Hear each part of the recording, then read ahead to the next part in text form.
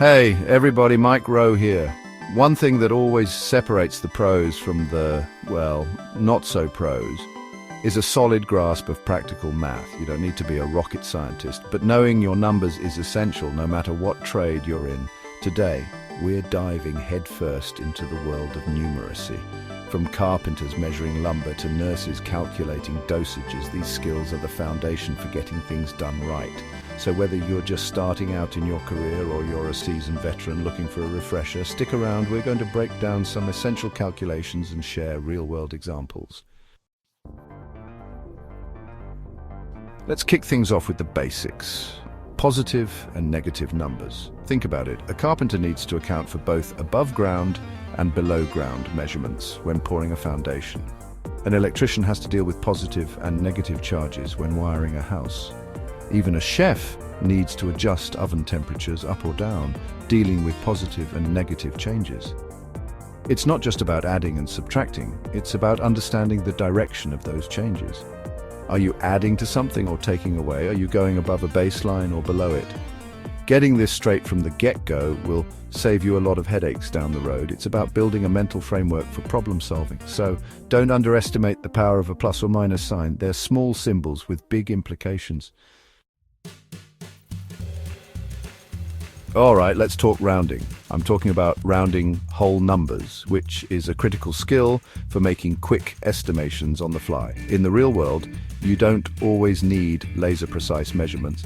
Sometimes a good estimate is all it takes to get the job done. Let's say you're a contractor and you need to figure out roughly how many feet of lumber you need for a project. By rounding your measurements to the nearest whole number, you can quickly get a ballpark figure for your materials list. It's not about being perfect, it's about being practical. The more you practice rounding, the better you'll become at estimating in general. So don't be afraid to round things off a bit. It's about working smarter, not harder. Now that we've tackled rounding whole numbers, let's move on to decimals. Decimals are everywhere in the world of measurements, and knowing how to round them accurately is crucial for a ton of jobs. Think about it, a machinist working with precise tolerances can't afford to be off by even a fraction of a millimeter. A pharmacist measuring out medication needs to be spot on to ensure patient safety. Rounding decimals is all about finding that sweet spot between accuracy and practicality. In most cases, rounding to 2 or 3 decimal places is sufficient. The key is to understand the level of precision required for the task at hand. So pay attention to those decimals. They might seem small, but they can make a big difference in the final outcome of your work. Okay, let's talk fractions. I know, fractions get a bad rap. They bring back memories of elementary school math class and that one kid who always seemed to get them right. But here's the thing, fractions are everywhere in the real world, especially in the trades. Whether you're a carpenter measuring lumber, a plumber fitting pipes, or a chef adjusting recipes, understanding fractions is non-negotiable. Think about it, you need to cut a board to be 3/4 of an inch thick. You need to mix 2/3 of a gallon of paint. You need to divide a cake into 8 equal slices. Once you understand the basic concepts of numerators, denominators, and how to add, subtract, multiply, and divide them, you'll be well on your way to conquering this math monster. So don't shy away from fractions. Embrace them. They're your friends, not your enemies. We've already touched on decimals a bit when we talked about rounding, but now it's time to dive a little deeper. Decimals bring a whole new level of precision to the table, and they're essential for a wide range of calculations. In the trades, decimals are everywhere. You'll find them on tape measures, blueprints, and even on your paycheck, hopefully. Understanding how to add, subtract, multiply, and divide decimals is crucial for everything from calculating material costs to figuring out angles and dimensions. A misplaced decimal point can throw off your entire calculation, leading to costly mistakes. That's why it's so important to be precise and to double-check your work. One of the best ways to get comfortable with decimals is to practice. Measure twice, cut once, as they say. The more you work with decimals, the more intuitive they'll become.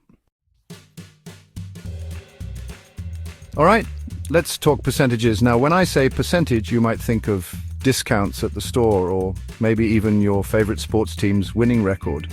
But percentages are so much more than that. They're a powerful tool for understanding proportions and ratios, and they pop up in all sorts of unexpected places. In the trades, percentages are used for everything from mixing concrete to calculating interest rates on loans. Understanding how to calculate percentages and how to convert between percentages, decimals, and fractions is essential for making informed decisions and avoiding costly errors. For example, let's say you're a painter and you need to mix a specific shade of blue paint. The instructions call for a 20% solution of blue pigment. Without a solid understanding of percentages, you're going to have a hard time getting that color just right.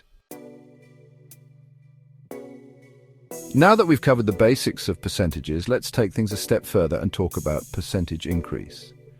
This is a crucial concept for understanding growth and change over time, and it has applications in everything from tracking business profits to monitoring patient progress.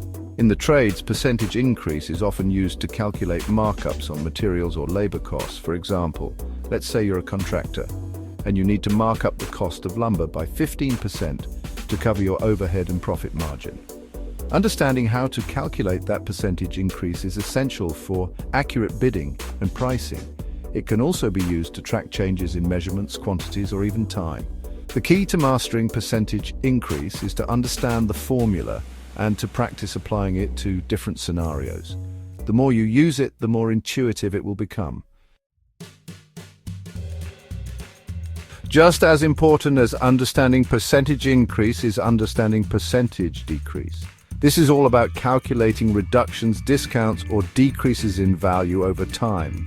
In the trades, percentage decrease can be used to calculate discounts on materials, reductions in labor costs, or even shrinkage in inventory. For example, let's say you're a landscaper and you're offering a 10% discount on your services during the off-season.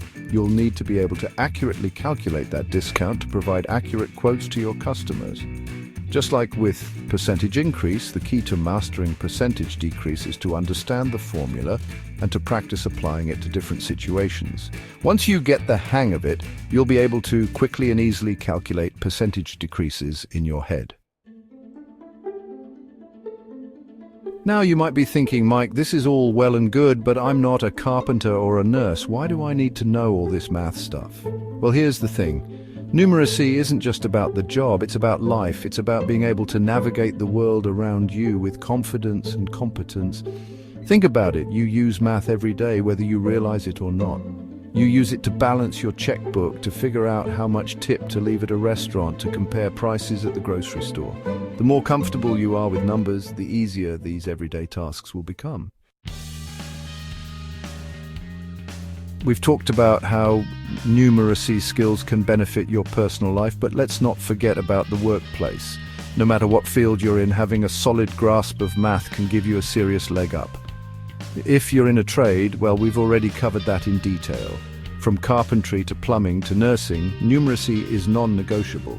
But even if you're in an office job, strong math skills can make you a more valuable asset to your team. Think about it.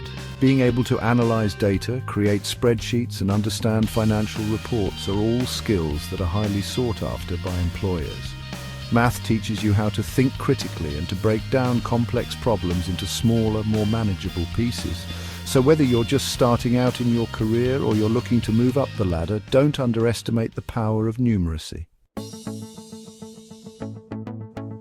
So there you have it, folks, a crash course in practical math, brought to you by yours truly, Mike Rowe. We've covered a lot of ground today, from the basics of positive and negative numbers to the complexities of percentages. Remember, mastering these skills isn't about being a math whiz. It's about building confidence, becoming more efficient, and taking pride in your ability to tackle any challenge that comes your way. So keep practicing, keep learning, and don't be afraid to get your hands dirty. If you found this video helpful, give it a thumbs up, subscribe, and take care of yourselves and each other.